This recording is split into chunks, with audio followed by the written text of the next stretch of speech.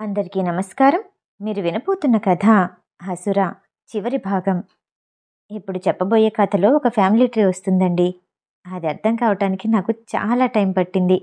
లాస్ట్‌కి paper work చేస్తే కానీ అర్థం కాలేదు. ఈ కథకి సంబంధించిన విషయాలన్నీ చివర్లో తెలుసుకుందాం. ఇక కథలోకి వెళ్దామా? ఎవరికీ తెలియకుండా మా అమ్మ గదిలో దాక్కున్న ఏకే ఆమె కబోర్డ్‌లో ఉన్న ఫోటో చూసి ఆశ్చర్యపోయాడు. అందులో మా అమ్మ, ఆర్కే, రాజశేఖర్ కనిపించారు.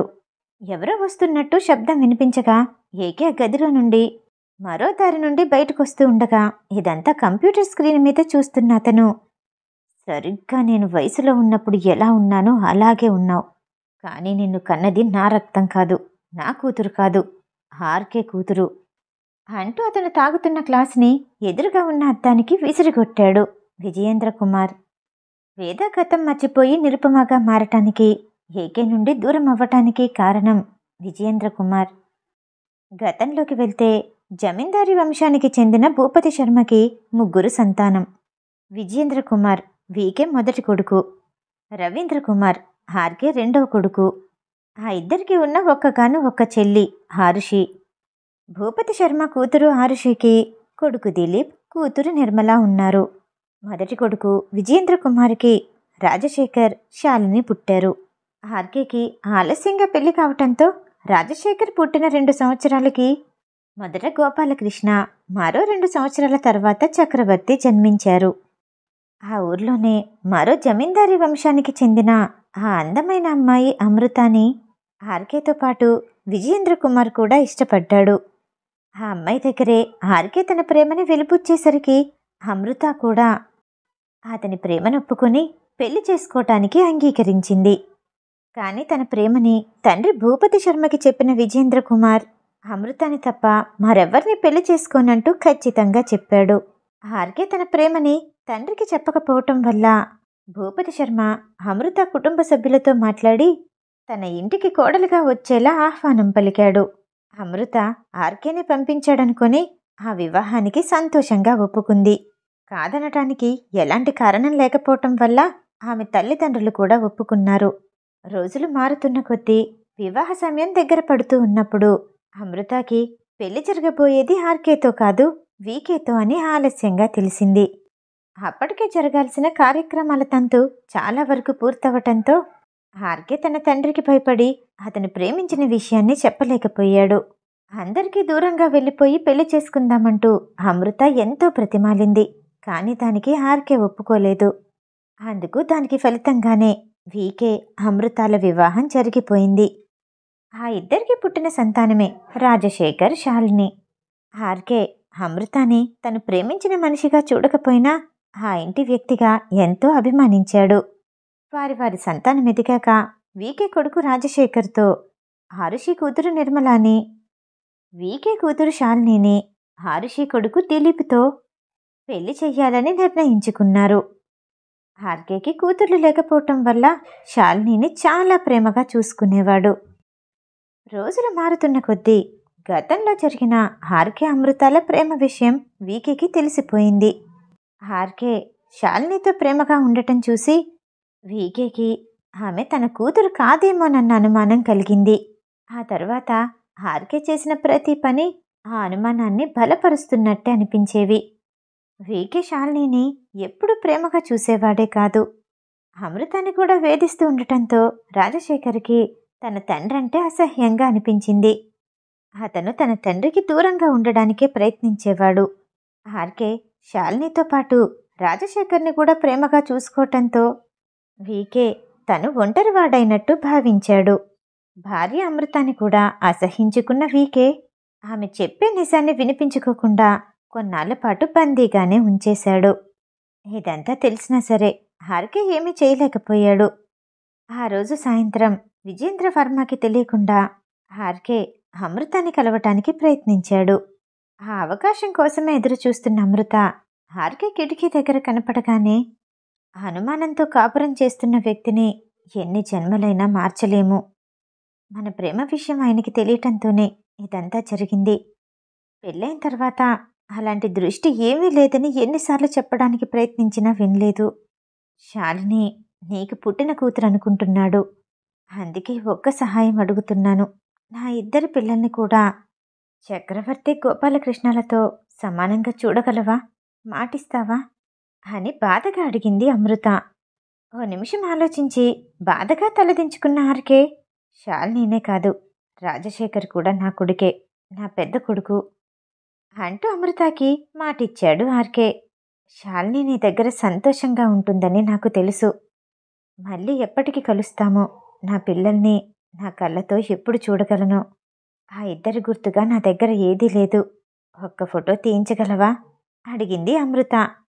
ఆర్కే తన గదిలోకి వెళ్ళి కెమెరా తీసుకునొచ్చి వీకేకి తెలియకుండా ఫోటో దిగటానికి అంతా సిద్ధం చేశాడు.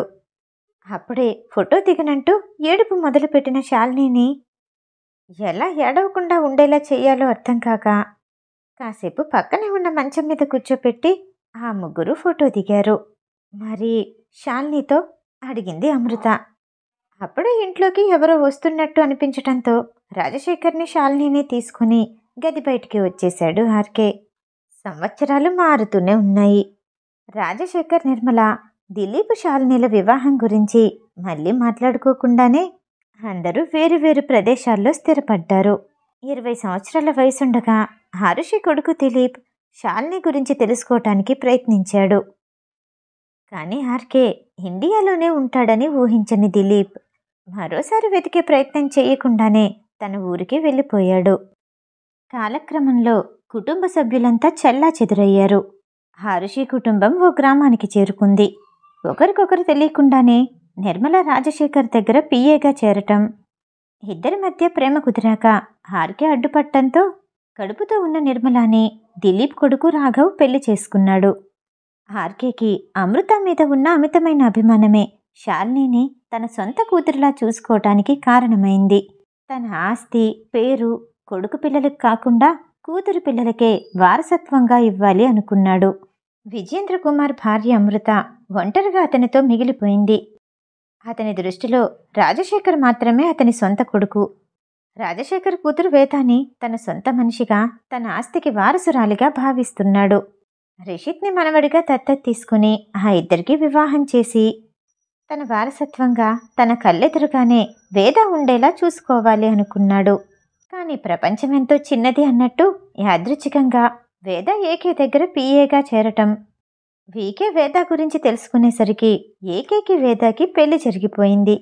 అనుకోని పరిస్థితుల్లో జగదీష్ చెల్లి కావ్య వల్ల కడుపుతో ఉన్న వేద హాస్పిటల్లో చేరటం, అక్కడున్న తక్కువ ఎక్విప్మెంట్తో వేదాన్ని కాపాడుకోవటం కష్టమని డాక్టర్ కిరణ్ వేదాన్ని మరో హాస్పిటల్కి మారుస్తూ ఉండగా వీకే మనుషులొచ్చి వేదాన్ని కిడ్నాప్ చేశారు. వేదాన్ని మరో మంచి హాస్పిటల్లో చేర్చారు. స్పృహలోకొచ్చిన వేద ఏకే మనుషులెవరో తన్ని చంపడానికే వచ్చారని, ఇంకా ఎప్పటికీ ఏకేని చేరుకోలేనేమోనని భయపడింది. బిడ్డ పుట్టగానే ఏకే దగ్గరికి చేర్చమని, ఆ తర్వాత తమతో తనిష్టంగా వచ్చేస్తానని మాటిచ్చింది వేద.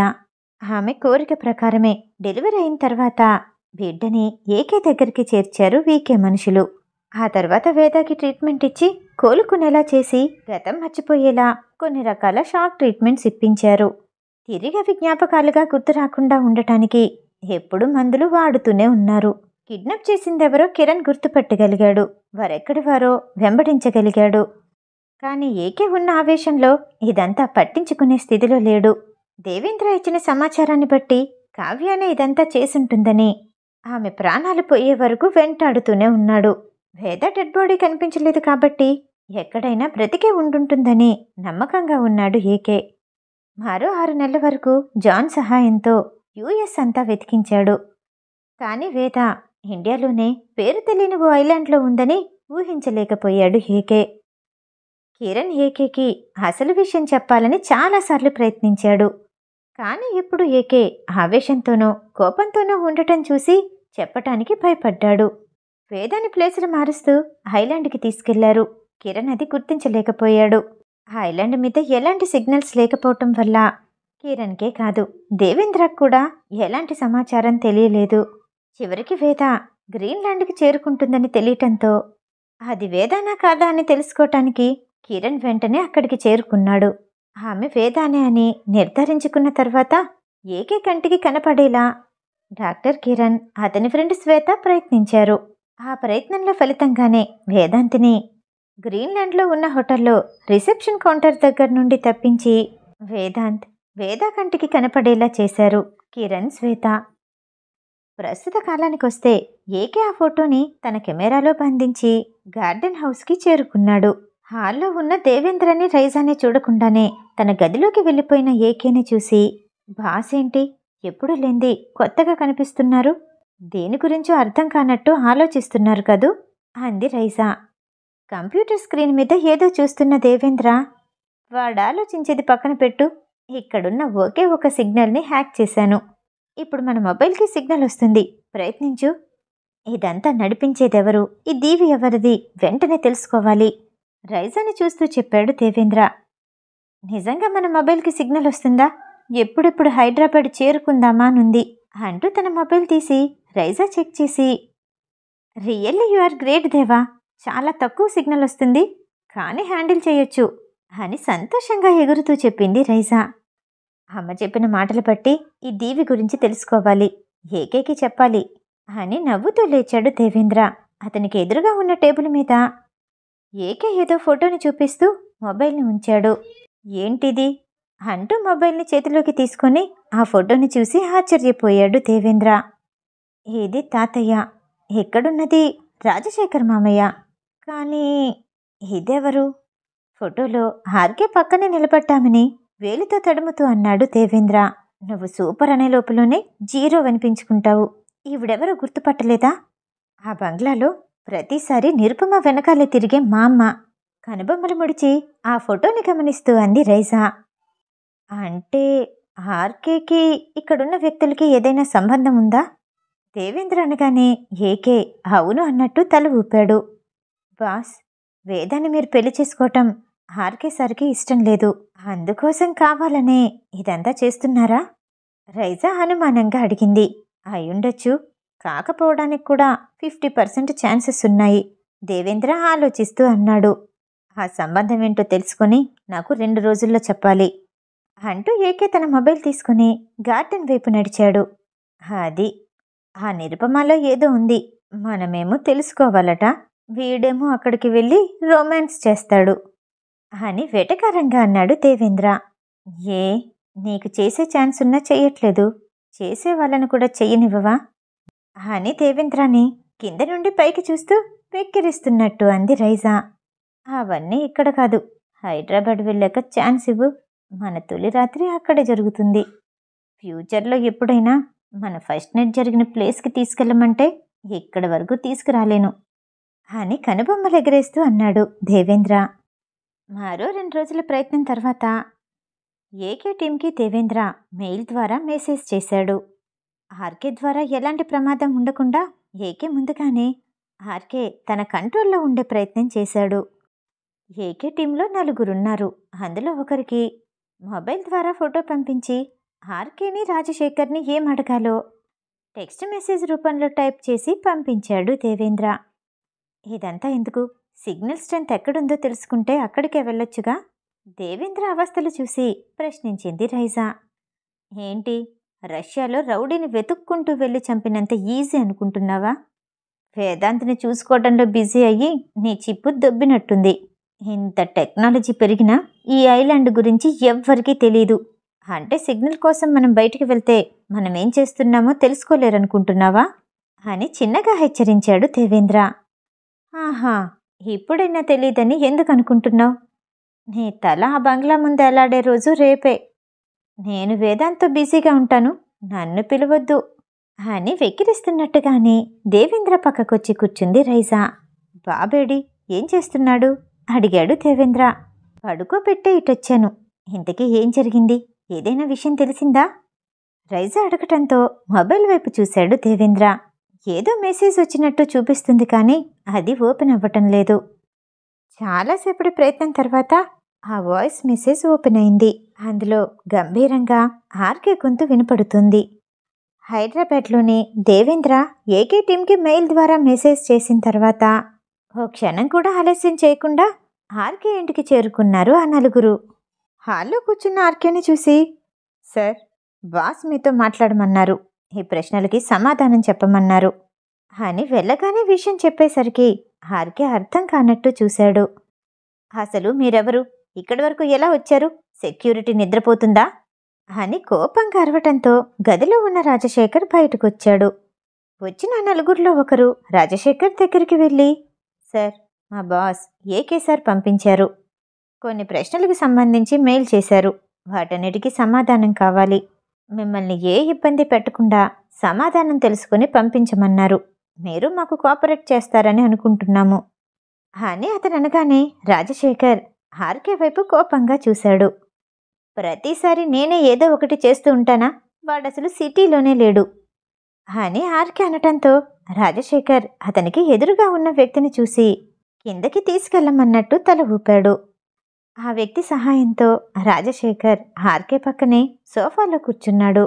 హాల్లో ఏదో జరుగుతూ ఉండటంతో ఇంట్లో మిగిలిన కుటుంబ సభ్యులు కూడా వచ్చి చేరుకున్నారు. దేవేంద్ర మెయిల్ చేసిన ఫోటోని మొదట రాజశేఖర్కి చూపెట్టడంతో, ఈ ఫోటోని నాకెప్పుడు చూసినట్టు గుర్తు రావట్లేదు. ఈవిడెవరు? ఆ అమ్మ చనిపోయి చాలా సంవత్సరాలవుతుంది. కానీ పక్కనున్నదెవరు? ఇక్కడ నేను కూడా ఉన్నానేంటి? రాజశేఖర్ ఆ ఫోటోని చూసి ఆశ్చర్యంగా అడిగాడు. ఆర్కే దాన్ని చూడటంతోనే కనుబొమ్మలు ముడిపట్టాయి. కోపంతో ఊగిపోయాడు. ఇది ఎక్కడిది? మీకు ఎవరు పంపించారు? నాకిప్పుడు ఎవరి గురించి తెలుసుకోవాలని లేదు, ఎవరి గురించి చెప్పాలని లేదు ఆవేశంగా అన్నాడు ఆర్కే. నా జీవితంలో నేను చాలా కోల్పోయాను. కానీ తండ్రిగా మీరు నన్ను ఓ స్థాయిలో నిలబెట్టాలనుకుంటున్నారని అర్థం చేసుకున్నాను. నేను ప్రేమించిన వ్యక్తిని నాకు దూరం చేశారు. కానీ ఇప్పుడు నేనెంతగానో నమ్మిన నా తల్లిని మా అమ్మ కాదు అంటున్నారు. రాజశేఖర్ బాధగా కోపంగా అంటంతో ఆర్కే మనసుకి ఒక్కసారిగా బాధగా అనిపించింది. అలా అని ఎవరన్నారు? నేనే నీకు తండ్రిని, నా భార్య నీకు తల్లి అని ఆర్కే కోపంగా అనటంతో, అయితే ఈ ఫోటోలో ఉన్న వ్యక్తి ఎవరు అని అడిగాడు రాజశేఖర్. ఆర్కేకి తన గతాన్ని చెప్పాలనిపించలేదు.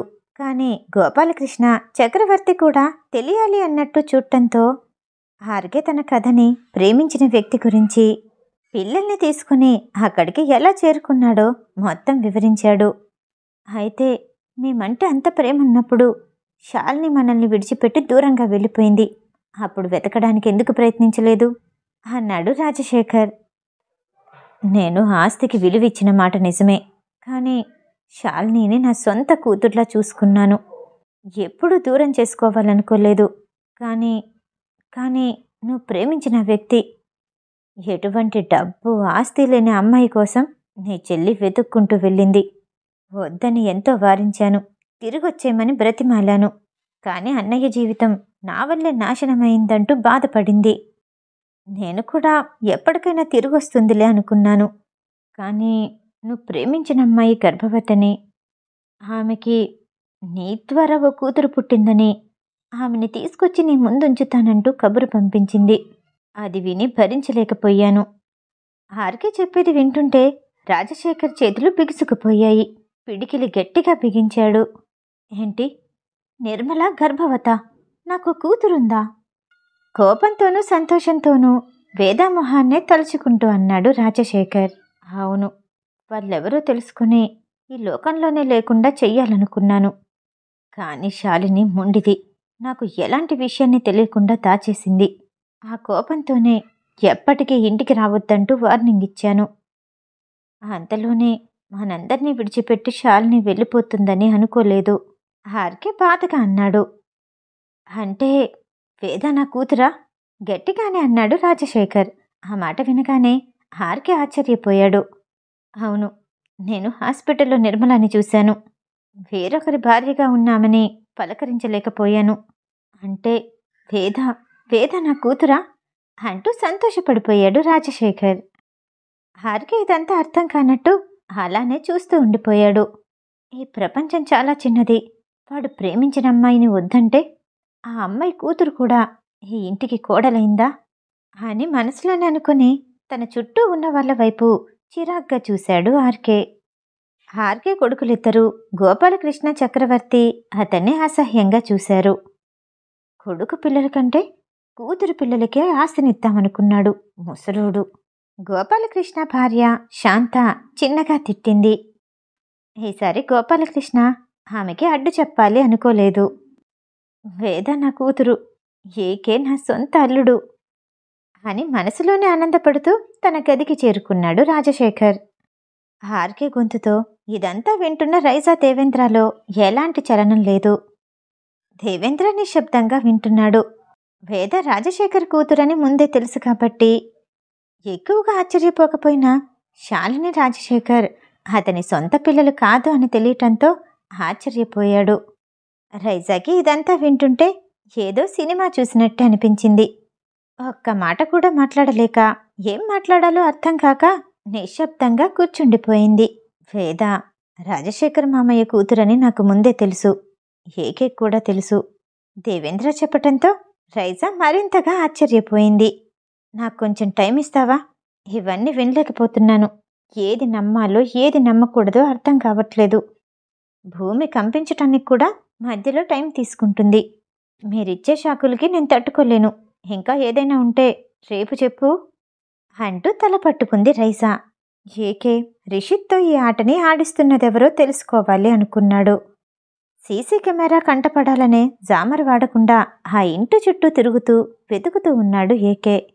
మరి కాసేపు వెతుకుతున్నట్టు నటించి మధ్యరాత్రి 12 దాటిన వేళ గెస్ట్ హౌస్కి చేరుకున్నాడు. రైజా ఏకేని చూస్తూనే లెగిసి నిల్చుంది. ఏమైంది? ఎందుకలా ఉన్నావు? ఏకే అడుగుతూ రాగానే తన మొబైల్కొచ్చిన వాయిస్ రికార్డ్ని ఏకేకి వినిపించాడు దేవేంద్ర. ఆర్కేకి ఈ బంగ్లాకి ఏదో సంబంధం ఉంటుందని ముందే ఊహించాడు ఏకే. కానీ తనన్న విజేంద్ర కుమార్ అనే వ్యక్తి ఒకరున్నారని ఏకే ఊహించలేదు. అయితే ఇదంతా చేసింది ఆ విజేంద్ర కుమారా? రాజశేఖర్ సొంత కూతురు వేద కాబట్టి ఇక్కడుంచేయాలనుకున్నాడు. అతని ఆస్తికి వారసురాల్ని చేద్దామనుకున్నాడు. అతని కూతురు శాలిని మీదే కాదు, ఆమె పిల్లల మీద కూడా కోపాన్ని పెంచుకున్నాడు. ఎవ్వరేం చేసినా నా వేదాన్ని నా నుండి దూరం చేయలేరు అని వంకరగా నవ్వుతూ కిటికీలో నుండి ఆ బంగ్లాని చూస్తూ అన్నాడు ఏకే. ఏకే, మొబైల్లో సిగ్నల్ అందుతుంది. మన టీంకి చెప్పామంటే రేపే వచ్చి మొత్తం క్లియర్ చేస్తారు. వేదాన్ని ఇక్కడి నుండి తీసుకెళ్ళిపోవచ్చు. దేవేంద్ర అంటంతో ఏకే కోపంగా చూశాడు. నాకెవ్వరూ సలహాలు ఇవ్వాల్సిన అవసరం లేదు. నేను చెప్పింది చేస్తే చాలు. అలా చేస్తే గతం మర్చిపోయిన వేదాకి ఇదంతా కరెక్ట్ అనిపించక నాతో రాకపోవచ్చు. వేదాన్ని బలవంతంగా తీసుకెళ్లలేను. తనిష్టంగా నాతో రావాలి. గతం గుర్తు రాకపోయినా పర్వాలేదు అన్నాడు ఏకే.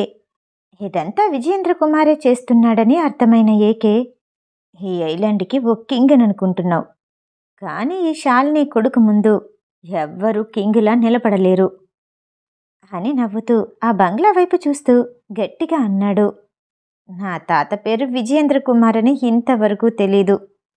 ఇంక నీ చాప్టర్ క్లోజ్ అయినట్టే ఏకేని చూస్తూ చిన్నగా అన్నాడు దేవేంద్ర. మరుసటి రోజు నుండి ఏకే తను కావాలనుకున్నప్పుడు వేదాగదిలోకి వెళ్తూనే ఉన్నాడు. దానికి జరా సహాయం చేస్తోంది. మా అమ్మ మొదట ఈ విషయాన్ని తేలిగ్గా తీసుకుంది, కానీ ఏకే వేద దగ్గర ప్రవర్తించే తీరును చూసి అనుమానంగా అనిపించింది. ఆ రోజు ఉదయం 10 గంటల సమయంలో ఏకే వేద గదికొచ్చాడు. అటువైపు ఎవరూ రాకుండా చూసుకునే బాధ్యతని జరా తీసుకుంది. గోడవారగా నిల్చున్న ఏకే దగ్గరికి వేద వచ్చి, నిజంగా చెప్పండి, మీరు నన్ను పెళ్లి చేసుకుంటారా? అతని చేతులు పట్టుకుని కళ్ళల్లోకి చూస్తూ అడిగింది. మనసులోనే చిన్నగా నవ్వుకొని తప్పకుండా అని కళ్ళతోనే సమాధానమిచ్చాడు ఏకే. ఇక్కడ మన పెళ్లికి ఎవ్వరూ ఒప్పుకోరు. మనమిద్దరం ఎక్కడికైనా దూరంగా పారిపోతామా? అక్కడెవ్వరూ మనల్ని గుర్తుపట్టకూడదు. నాకు మీరుంటే చాలు, ఎవ్వరూ అవసరం లేదు. వేద అమాయకంగా అతని వైపు చూసి అంటూ ఉండగా ఏకే ఆమె నుదుటి మీద ముద్దిచ్చి, మనం ఎక్కడికి వెళ్ళినా వాళ్ళు వెంటాడుతూనే ఉంటారు. నాకేం పర్వాలేదు. నువ్వు మళ్ళీ స్వేచ్ఛగా ఈ లోకంలో తిరగాలంటే వాళ్ళు నీకు దూరంగా ఉండాలి. ఎవరికైనా సరే నా నుండి నిన్ను దూరం చెయ్యాలన్న ఆలోచన రాకూడదు. అంతా నేను చూసుకుంటాను అన్నాడు ఏకే. వేదాకి ఆ మాటలు తృప్తిగా అనిపించాయి. మీరు నాకు పరిచయమైన ఈ తక్కువ సమయంలోనే చాలా దగ్గరయ్యారు. ప్రేమంటే ఇదేనేమో. మిమ్మల్ని విడిచిపెట్టి బ్రతకలేను. దూరమైతే తట్టుకోలేను. అని వేద చెప్తూ ఉండగా ఏకే మధ్యలో ఆపి, నన్నెప్పుడు చూసినట్టు అనిపించట్లేదా అని ఆమె చెంపల మీద పడ్డ వెంట్రుకల్ని సరిచేస్తూ అన్నాడు. అతన్ని గాఢంగా హత్తుకుంటూ, నిజం చెప్పనా, మిమ్మల్ని చూడగానే మీతో ఎప్పుడూ కలిసి బ్రతికినట్టు అనిపించింది. చాలాసార్లు కలలో మీ స్పర్శని అనుభవించినట్టు అనిపించేది. మీరు నాకు పరాయి వాళ్ళు కాదు, మీ మీద సర్వ హక్కులు నాకున్నాయి అని చాలాసార్లు నా మనసు చెప్పింది. ఇవన్నీ మీకు చెప్తే నమ్మరు, అందుకే ఎప్పుడూ చెప్పాలనుకోలేదు. సిగ్గుపడుతూ అంది వేద. ఏకేకి ముద్దుగా అనిపించింది. గెడ్డం కింద చేతిని పెట్టి ఆమె మొహాన్ని పైకెత్తి, నా మీద సర్వ హక్కులు నీవే, కాదని ఎవరన్నారు అంటూ ఆమె కనురెప్పల మీద ముద్దిచ్చాడు ఏకే. మరి మీతో పాటు నన్నెప్పుడు తీసుకెళ్తారు? వేద ఆతృతగా అడిగింది. అతని చేతుల్లోకి ఆమె మొహాన్ని తీసుకుని, రేపు రాత్రికి సిద్ధంగా ఉండు, అంతా క్లియర్ చేస్తాను, నిన్ను జాగ్రత్తగా తీసుకెళ్తాను. ఇప్పుడు వెళ్ళొస్తాను అంటూ బయటికి రావటానికి తలుపు దగ్గరికి రాబోయాడు ఏకే. మీరొచ్చింది బాల్కనీ నుండి, కంగారు పడుతూ అరిచింది వేద. ఇప్పుడు అదంతా అవసరం లేదు, రేపు రాత్రి నువ్వు నాతో రావాలంటే నేనిట్టే వెళ్ళాలి అంటూ తలుపు తీసుకుని గది నుండి బయటకొచ్చాడు ఏకే. జరా అతన్ని చూసి కంగారు పడింది. మీరేంటి ఇటువైపు వచ్చారు? మా అమ్మ చూసిందంటే చాలా ఘోరం జరిగిపోతుంది, వెళ్ళిపోండి అంటూ భయపడుతూ అంది జరా. మరేం పర్వాలేదు, మా అమ్మ ఎక్కడుంది అని ముందుకు నడుస్తూనే అన్నాడు ఏకే. ఇప్పుడు మా అమ్మతో మీకేంటి పని, మీరు మీ గార్డెన్ హౌస్కి వెళ్ళిపోండి జరా అతను వెంట నడుస్తూ భయపడుతూ అంటూ ఉండగా, మా అమ్మ ఎక్కడుంది సీరియస్గా అడిగాడు. అతని కోపానికి భయపడి జరా మా అమ్మ ఉన్న వైపు వేలు పెట్టి చూపించింది. నిరుపమాన్ని ఒక్క నిమిషం కూడా వదలొద్దు, నేను వచ్చే వరకు జాగ్రత్తగా చూసుకో, ఎవ్వరొచ్చినా సరే నాకు వెంటనే చెప్పాలి అని ఏకే చెప్పగానే భయపడుతూనే జరా వేద గదికి వెళ్ళింది. ఏకే పెద్ద అడుగులు వేస్తూ వడివడిగా నడుస్తూ హాల్లో కూర్చున్న మామ దగ్గరికి వెళ్ళాడు. అప్పుడు రిషిత్ కూడా రావటంతో, ఏకే నువ్వేంటి ఇంట్లో నుండి బయటకు వస్తున్నావు, ఎవరిని అడుగొచ్చావు, ఎప్పుడు వెళ్ళావు అని కోపంగా ప్రశ్నలు వేస్తూ ముందుకొస్తూ ఉండగా తన పాకెట్లో ఉన్న ఫోన్ని తీసి అందులో ఉన్న ఫోటోని బామ్మకి చూపించాడు. దాన్ని చూస్తూనే కళ్ళు పెద్దవి చేసి ఆశ్చర్యపోయింది మా అమ్మ. ఇది నీకెక్కడిది, నీకెవరిచ్చారు అని రిషిత్ అంటూ ముందుకు రాబోతూ ఉండగా మరో పాకెట్లో ఉన్న గన్ను తీసి రిషిత్ వైపు గురిపెట్టాడు ఏకే. ఇదంతా నడిపిస్తున్నదెవరో నాకు తెలుసు, ఏం జరిగిందో నాకు తెలుసు, కానీ అతనెక్కడున్నాడు? రిషిత్కేమీ తెలియదని అర్థమైన ఏకే మా అమ్మని కోపంగా అడిగాడు. నువ్వెవరి గురించి మాట్లాడుతున్నావు? ఈ ఫోటోలో ఉన్నది నా కొడుకు, ఎక్కడున్నాడో తెలీదు, చిన్నప్పుడే తప్పిపోయాడు. మా అమ్మ సమాధానం వినగానే ఏకేకి నవ్వొచ్చింది.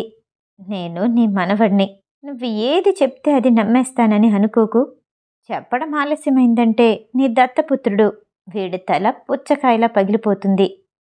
నాకడ్డొచ్చిన వాళ్ళని చంపటం నాకేం కొత్త కాదు.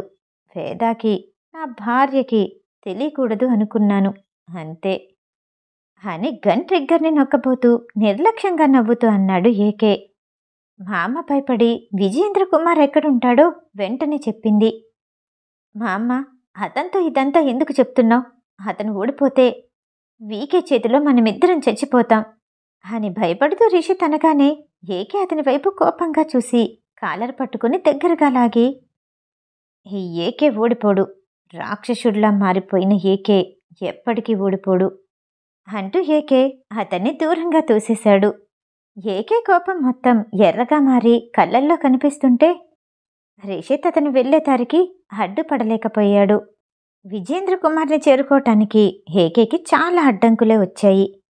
ఏకే వాళ్ళందరితో ఎలా ఫైట్ చేస్తున్నాడో, అతను ఉన్న చోటుకి చేరుకోవటానికి ఎలా ప్రయత్నిస్తున్నాడో వీకే కంప్యూటర్ స్క్రీన్ మీద చూస్తూనే ఉన్నాడు. అంత త్వరగా అతని గదికి చేరుకుంటాడని అనుకోలేదు. బయట ఉన్న వాళ్ళందరితోనే ఏకే ఒంటరిగానే పోరాడాడు. విజేంద్ర కుమార్ ఊహించిన దానికంటే ముందే ఆ గదికి చేరుకున్నాడు ఏకే.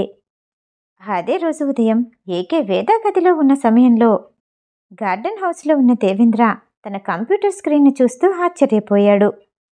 అప్పుడు లోపలికొస్తున్న రైజా వేదాంతని ఎత్తుకుని, ఇక్కడి నుంచి మనం కదిలేటం దగ్గర పడింది, బాస్కంతా నిజం తెలిసిపోయింది కాబట్టి అంతా సాఫీగా సాగిపోతుంది, మనం కూడా అలర్ట్గా ఉండాలి. బాస్కి ఏ ప్రమాదం జరగకుండా చూసుకోవాలి. రైజా మాట్లాడుతూనే ఉంది. దేవేంద్రలో ఎలాంటి చలనం లేదు. ఏంటి దేవా, అంతగా అందులో లీనమైపోయావు? ఎవరైనా అమ్మాయి కనిపించిందా అని వెక్కిరిస్తూ వచ్చి దేవేంద్ర పక్కన కూర్చుంది. ఇప్పుడు నాకంత అదృష్టం కూడానా? ఇలా చూడు అంటూ కంప్యూటర్ స్క్రీన్ని రైజా వైపు తిప్పాడు దేవేంద్ర. అందులో కనిపిస్తున్న వీడియోలో ఆ గదిలో ఓ వ్యక్తిని కుర్చీలో తాళతో కట్టేసుంచారు. బంగ్లాలో ఉన్న సీసీ కెమెరాలన్నీ హ్యాక్ చేశాను. ఇదిగో ఈ చివరిగా కనిపిస్తున్న గది చీకటిగా ఉంది. ఎందుకిక్కడ సీసీ కెమెరా పెట్టారో అర్థం కాలేదు. దాన్ని పరీక్షగా చూస్తే ఆ గదిలో ఓ మూల ఓ వ్యక్తిని కుర్చీలో బంధించుంచారు. ఎవరో వస్తున్నారు, సమయానికి భోజనం అందిస్తున్నారు. ఆ వ్యక్తి తప్పించుకునే ప్రయత్నం కూడా చేస్తున్నాడు, కానీ తన వల్ల కావట్లేదు అని దేవేంద్ర చెప్తుంటే విని, అది సరే, అతనెవరు? అతన్నెందుకు ఆ గదిలో బంధించారు? కనుబొమ్మలు ముడుస్తూ అర్థం కానట్టు అడిగింది రైజా. అతను మా నాన్న. దేశాన్ని విడిచిపెట్టి విదేశాలకి వెళ్ళిపోయాడు, చనిపోయి ఉంటాడు అనుకున్నాం. దేవేంద్ర చెప్పగానే గుండె ఓ సెకను ఆగిపోయినట్టు అనిపించింది రైజాకి. ఏంటి, మీ నాన్నగారు చనిపోలేదా? ఇంకా బ్రతికే ఉన్నారా? ఎవరు కిడ్నాప్ చేశారు? ఎందుకు అక్కడ బంధించారు? స్క్రీన్ మీద కనిపిస్తున్న జగదీష్ మహాన్ని స్పష్టంగా చూడటానికి ప్రయత్నిస్తూ అంది రైజా. అప్పుడే మరో కెమెరాలో ఏకే ఆవేశంగా నడుస్తూ హాల్ వైపు వెళ్ళటం కనిపించింది. దేవా, బాస్ ఏంటి ఇంత కోపంగా ఎక్కడికి వెళ్తున్నారు? ఏదో జరగబోతుంది, మనం వెంటనే వెళ్ళాలి. స్క్రీన్ మీద కోపంగా వెళ్తున్న ఏకేని చూసి దేవేంద్ర కూడా లెగిసి నిల్చున్నాడు. ఎవ్వరికి అనుమానం రాకుండా మనం అక్కడికి చేరుకోవాలి. అండర్ గ్రౌండ్లో ఉన్న గదిలో మా నాన్నని బంధించారు. ఆయన్ని విడిపించి తీసుకురావాలి. దేవేంద్ర అంటూ ఉండగానే రైజా బెడ్రూంలోకి వెళ్ళి 4 అడుగుల వెడల్పు ఉన్న బాక్సులో వేదాంతిని కూర్చోపెట్టి ఆడుకోటానికి బొమ్మలిచ్చి ఆ కంటైనర్ నుండి బయటికి రాకుండా బయట తాళం వేసింది. ఇద్దరూ ఏకేని చేరుకోవటానికి మరో మార్గం నుండి ప్రయత్నిస్తూనే జగదీష్ని చేరుకునే మార్గాన్ని కూడా వెతుకుతున్నారు. చివరిగా ఏకే విజేంద్ర కుమార్ ఉన్న గదికి చేరుకున్నాడు. గది చుట్టూ చూశాడు. ఎక్కడా ఎవ్వరూ కనిపించలేదు. ఖాళీగా ఊగుతున్న రివాల్వింగ్ చైర్ కనిపించింది. దానికి ఎదురుగా బయట ఏం జరుగుతుందో తెలుసుకునేలా 4 కంప్యూటర్ స్క్రీన్స్ మీద అన్ని ఏర్పాట్లు చేసున్నాయి. విజయేంద్ర కుమార్ కనిపించకపోవటంతో కోపంతో ఉన్న ఏకే అక్కడున్న పరికరాల్ని మొత్తం ఒక్కసారిగా పగలగొట్టాడు. ఏకే వెనకాల నుండి ఓ పెద్ద రాడ్డుతో విజేంద్ర కుమార్ ఏకేని కొట్టడానికి రాబోతూ ఉండగా బాస్ అంటూ గట్టిగా అరిచింది రైజా. మరో మార్గం నుండి ఆ గదికి ఉన్న మరో తలుపు ద్వారా రైజా, దేవేంద్ర ఆ గదికి చేరుకున్నారు. రైజా పిలుపుతో వెనక్కి తిరిగిన ఏకే తన మీదకి వస్తున్న విజేంద్ర కుమార్ని చూసి అతని పాకెట్లో ఉన్న కత్తిని తీసి కుడి చేతి భుజం మీద గట్టిగా పొడిచాడు. విజేంద్ర కుమార్ తన చేతిలో ఉన్న రాడ్డుని పడేసి కింద పడిపోయాడు. ఈ వయసులో నా మనవడితో ఎలాంటి పరిస్థితుల్లో ఉంటానని నేను అనుకోలేదు. ఇప్పుడు నేను ఖచ్చితంగా చెప్తున్నాను, నీది నా రక్తమే, నీలో ఉన్నది నా రక్తమే. అతనన్న మాటకి ఏకేకి కోపం వచ్చి అతనికి దగ్గరగా వెళ్ళి కాలర్ గట్టిగా పట్టుకుని, ఏం మాట్లాడుతున్నావు? నాకు ఎవ్వరూ లేరు. చిన్నప్పటి నుండి ఒంటరిగానే పెరిగాను, ఒంటరిగానే ఉన్నాను. నా జీవితంలోకొచ్చిన నా వేదాన్ని, నా భార్యని నా నుండి దూరం చేశావు. నువ్వు బ్రతకటానికి వీల్లేదు అంటూ కోపంగా అరిచాడు ఏకే. ఏకే, వేదాన్ని తీసుకెళ్లటం ముఖ్యం, మళ్ళీ తప్పు చేయకు వెనకాల నుండి అంటూ దేవేంద్ర దగ్గరకొచ్చేసరికి ఏకేకి మరింత కోపం వచ్చింది. ఈ ఏకే తప్పు చేయడు, నేను ఏది చేస్తే అదే సరైంది అంటూ విజేంద్ర కుమార్ భుజానికి ఉన్న కత్తిని మరింత లోపలికి దించాడు ఏకే. ఆ నొప్పిని తట్టుకోలేక అతను గట్టిగా అరిచాడు. అసలు నా వేదాన్ని ఏం చెయ్యాలనుకున్నావు? తను మామూలు స్థితికి ఎలా వస్తుంది అని కోపంగా అరిచాడు ఏకే. విజేంద్ర కుమార్ గట్టిగా ఊపిరి తీసుకొని వికారంగా నవ్వాడు. నేను వయసులో ఉన్నప్పుడు ఎలా ఉన్నానో నిజంగా అలానే ఉన్నావు. మీ అమ్మ నా కూతురు కాదని అనవసరంగా అనుమానపడ్డాను అని అతను అంటూ ఉండగా, నేను అడిగిందేంటి, నువ్వు చెప్పేదేంటి?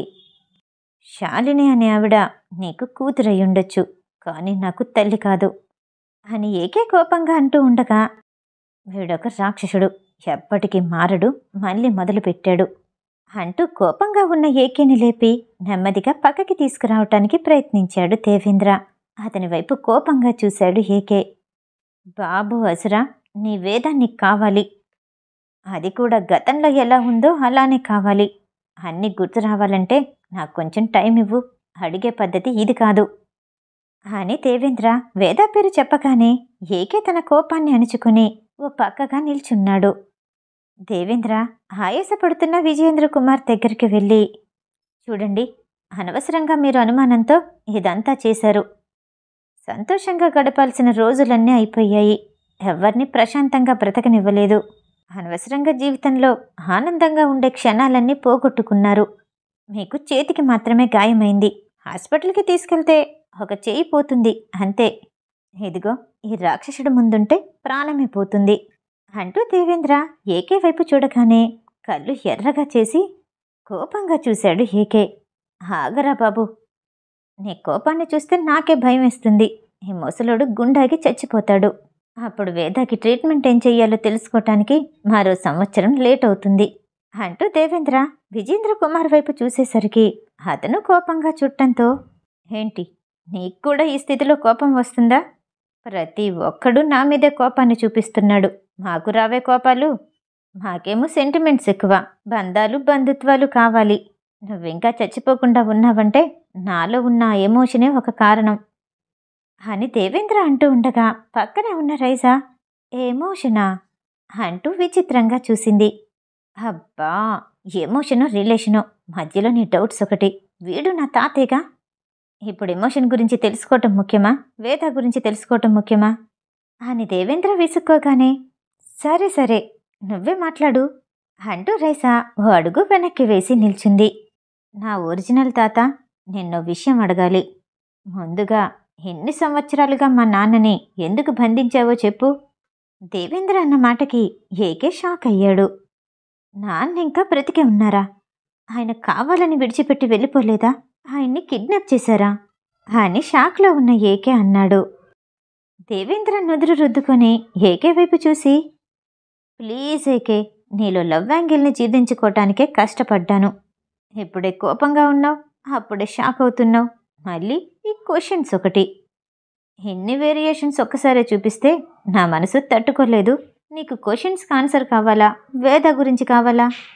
దేవేంద్ర మాట్లాడుతూ ఉండగానే కోపంతో ఊగిపోయిన ఏకే విజేంద్ర కుమార్ మీదకి దూసుకుంటూ వచ్చి కోపంగా అతని కాలర్ పట్టుకొని లేపబోయాడు.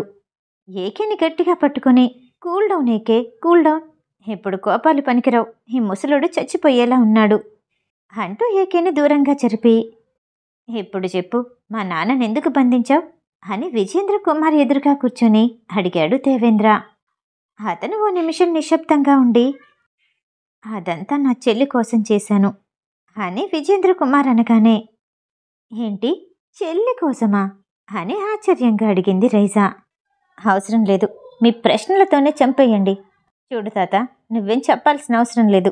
ఇలాంటి ప్రశ్నలు చాలానే వస్తాయి. నిశ్శబ్దంగా చచ్చిపో అని దేవేంద్ర విసుగ్గా అనగానే, అది ఆశ్చర్యం, ఇంకేం మాట్లాడను, కామ్గా ఉంటాను అంటూ నోటి మీద వేలిని పెట్టుకొని మరో అడుగు వెనక్కి వేసి అంది రైజా.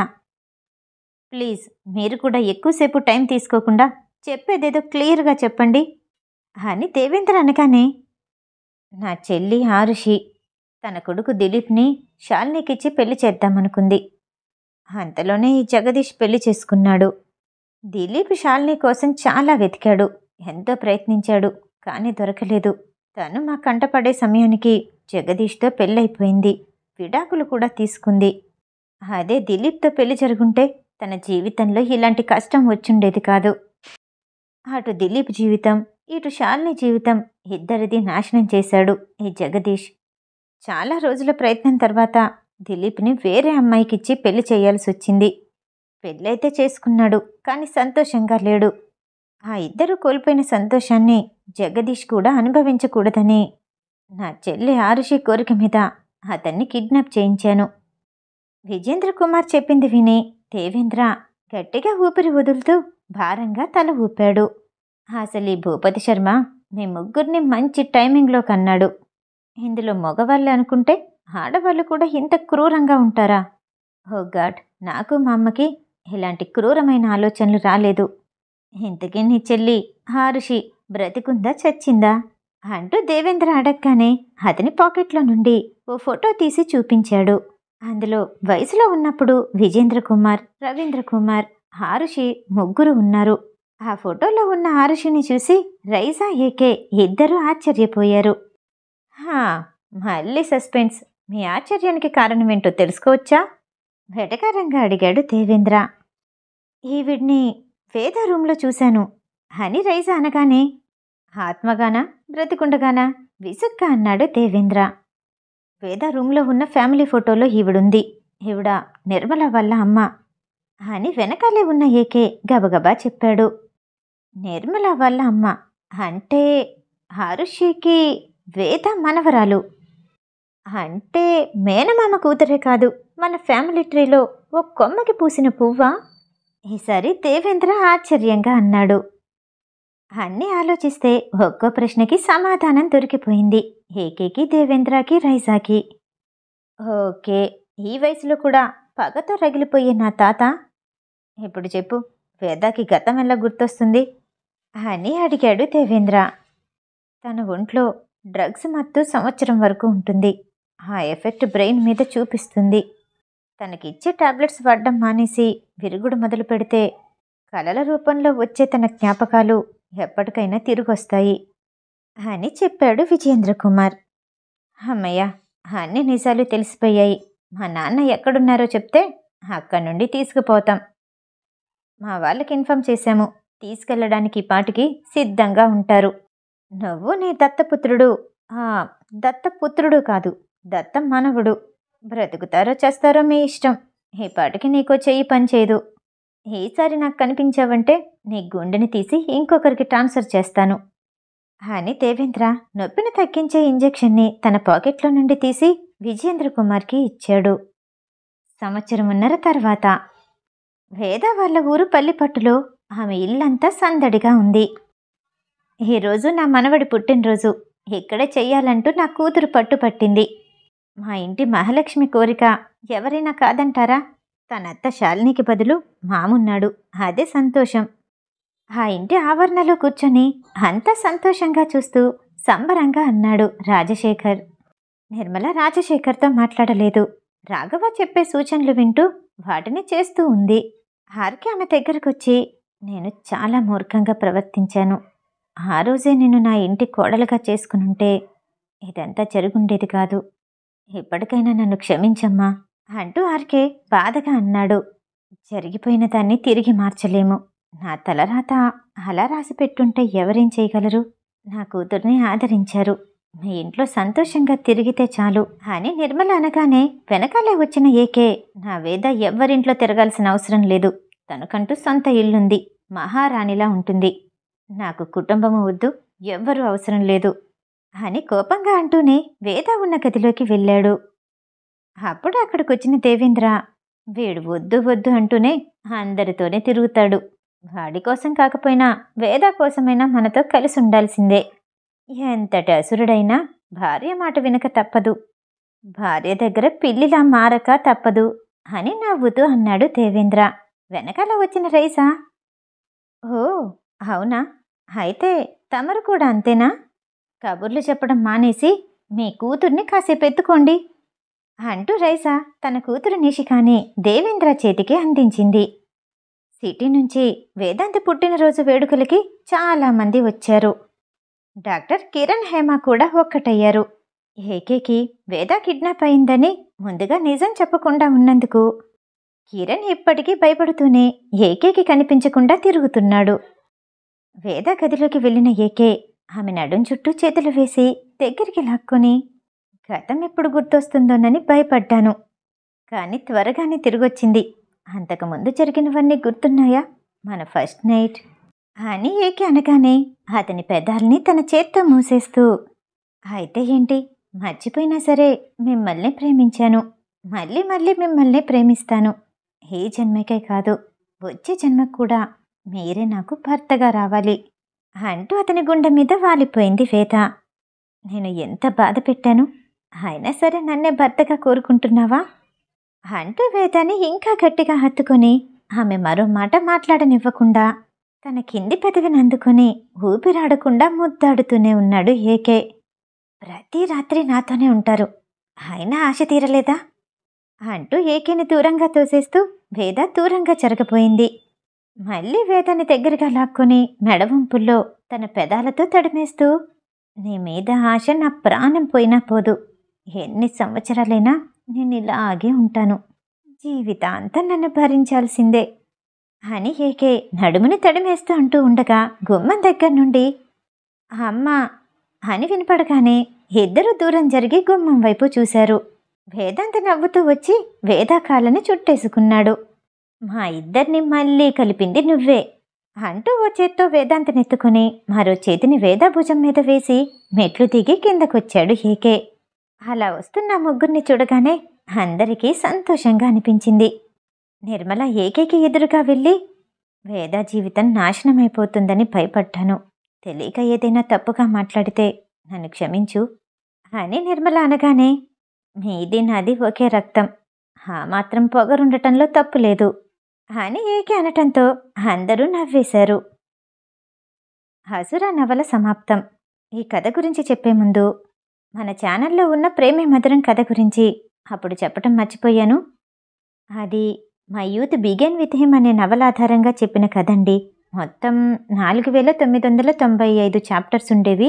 మీకు 112 భాగాలుగా అందించాను. ఇంకా ఈ అసుర నవలకొస్తే తమిళంలోని మరాఠీలోని ఉంది. అసలు పేరైతే మర్చిపోయాను, కానీ ఏదో అసురాకి దగ్గరగానే ఉంటుంది.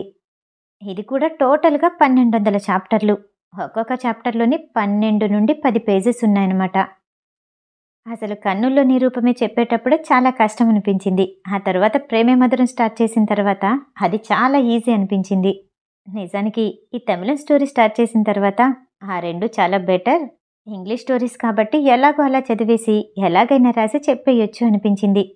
ఈ అసురా మాత్రం కంప్లీట్గా గూగుల్ ట్రాన్స్లేటర్ మీదే డిపెండ్ అయ్యాను. ప్రతి చాప్టర్ నుండి 10-12 పేజెస్ని స్క్రీన్ షాట్ తీసుకోవటం, గూగుల్లో ట్రాన్స్లేట్ చేసుకోవటం, అది మళ్ళీ తెలుగులో రాసుకోవటం, మీకు అందించడం. కానీ ఒక్కోసారి కష్టంగా అనిపించేది, కానీ అది చదివేటప్పుడు వచ్చే ట్విస్టులు కానీ కొన్ని డైలాగ్స్ కానీ హ్యాపీగా అనిపించేది. కష్టపడ్డా స్టోరీని ఎంజాయ్ చేశాను అనుకోండి. కానీ నేను దీనికి పెట్టుకున్న టార్గెట్ 65 పార్ట్స్లోనే ఎండ్ చేయాలనుకున్నాను. అయితే ఒక 3-4 గంటలు దీనికోసం టైం స్పెండ్ చేశాను అనుకోండి. రోజుకి ఒక 10 నుండి 15 నిమిషాలు మాత్రమే చెప్పగలుగుతున్నాను. అందుకని పార్ట్స్ ఎక్కువ అయ్యాయి. అందుకే ఈ 65 పార్ట్తో ఎండ్ చేయాలని 3-4 డేస్ నుంచి రోజు కొంత కొంత చెప్పుకుంటూ ఇదిగోండి ఇంత లాంగర్ వీడియో చేయగలిగాను. మొత్తానికి ఎండ్ చేశాను. చాలామంది కథని మధ్యలో ఆపేశారా, నోటిఫికేషన్ రావట్లేదు, వీడియోస్ చేయట్లేదా అని రకరకాల ప్రశ్నలు వేశారు. కానీ నేను సమాధానం చెప్పలేకపోయాను. కొంతమంది అయితే టెక్స్ట్ స్క్రోల్ ఇవ్వచ్చు కదా అని అడిగారు. అది స్టార్ట్ చేశానంటే నా జీవితం మొత్తం దీనికి అంకితం చేయాలన్నమాట. నేను ఒక్కదాన్నే కదండి, నాకు సపోర్ట్ ఎవరు లేరు. కనీసం యూట్యూబ్ కోసం ఫోన్ పట్టుకున్నానంటే 3-4 అవర్స్ దానికోసం టైం స్పెండ్ చేయాల్సిందే. ఇంకా టెక్స్ట్ స్క్రోల్ అంటే పర్సనల్ లైఫ్ని కంప్లీట్గా వదిలేసేయాలి. అంతేకాదండి, నాకు కొంచెం డిస్టర్బెన్సెస్ ఎక్కువగా ఉంటాయి. అంటే ఎవరికైనా ఏదైనా అయ్యిందంటే తొందరగా బాధపడిపోతాను, అందులో నుండి త్వరగా బయటికి రాలేను. ముఖ్యంగా నా చుట్టూ జరిగేవి కూడా అలానే ఉంటాయన్నమాట. ఎగ్జాంపుల్ ఏంటంటే, మా ఇంటి పక్కన ఆయన ఎగ్జాక్ట్గా ఒక 12 రోజుల క్రితం ఆయన చూస్తుండగానే కాలం చేశారు. జస్ట్ కడుపు నొప్పి వస్తుందని హాస్పిటల్కి వెళ్ళారు. వాళ్ళని హైదరాబాద్ పంపించారు. ఆ తర్వాత అది లివర్ క్యాన్సర్ అన్నారు, 4th స్టేజ్లో ఉందన్నారు. ఇంటికి తీసుకురాగానే చనిపోయాడనమాట. అది చూసి నేను షాక్ అయ్యాను. అప్పుడే కొంచెం ఏంటి లైఫ్ ఇంతేనా అనిపించింది. అందులోనే మా ఫ్రెండ్ వాళ్ళ కూతురు అనమాట, తనకి 16 సంవత్సరాలు ఉంటాయి. అయితే ఆ అమ్మాయికి కూడా హెల్త్ బాగాలేదు అనేసి అన్నారు. మొన్న శ్రీరామనవమికి ముందు రోజు చనిపోయింది. బోన్ క్యాన్సర్ అన్నారు. అంత చిన్నపిల్ల అలా అవ్వటం నాకు అసలు కోలుకోలేకపోయాను. అది కూడా మా ఇంటికి ఒక 2 సందుల అవతలనమాట. ఇంకా తల్లికి ఎలా ఉందో ఆ బాధ. ఇలానే ఏవో ఒకటి వచ్చి స్టోరీని డిలే చేస్తూ ఉన్నాను. చెప్పా పెట్టకుండా మానేస్తున్నాను. ఏదైనా వర్క్ చేశామంటే ఎలాంటివి వచ్చినా సరే అన్నిటిని బ్యాలెన్స్ చేసుకుంటూ చెయ్యాలి అంటారు కానీ ఏంటో నా వల్ల కావట్లేదు. ముఖ్యంగా మన ఛానల్‌కి వచ్చేసి కావాల్సింది వాయిస్. పూర్తిగా కాన్షియస్‌లో ఉండి చెయ్యాలి. వేరే ఆలోచనలు ఆలోచిస్తూ ఆ గొంతులోని బాధని, ఏడుపుని అవన్నీ పలికించాలంటే కొంచెం కష్టమవుతుంది. ప్లీజ్ మీరైతే నన్ను అర్థం చేసుకోండి. కథ ఎలాంటిదైనా నచ్చినా నచ్చకపోయినా మొదలుపెట్టానంటే పూర్తి చేస్తాను. మధ్యలో అయితే ఆపేయను. నన్ను అర్థం చేసుకుని నన్ను ఆదరిస్తారని ఆశిస్తూ మీ మంచు పద్మిని. మరో మంచి కథతో మరో 2 రోజుల్లో మీ ముందుకొస్తాను.